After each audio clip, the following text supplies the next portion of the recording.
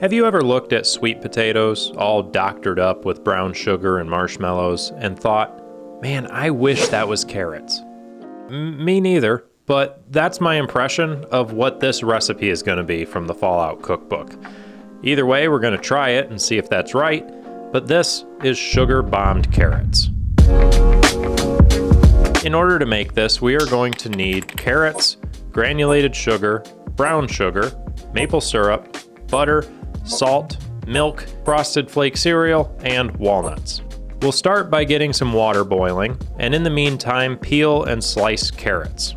Then once that water is up to a boil, we'll boil those carrots until they're soft. After that, we will add those carrots, our butter, granulated sugar, and maple syrup into a bowl.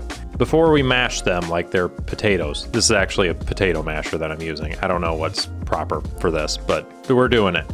Then we'll add milk, stir, and place in a baking dish before we top it with our brown sugar, walnuts, and cereal. Then it goes into the oven for like 30 minutes at 350. So now we get to the point to figure out if my impression of it was correct.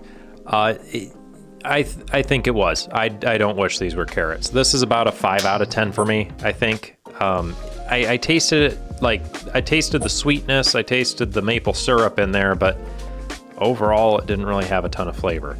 If I made this again, I would probably use this same method, but make it with sweet potatoes.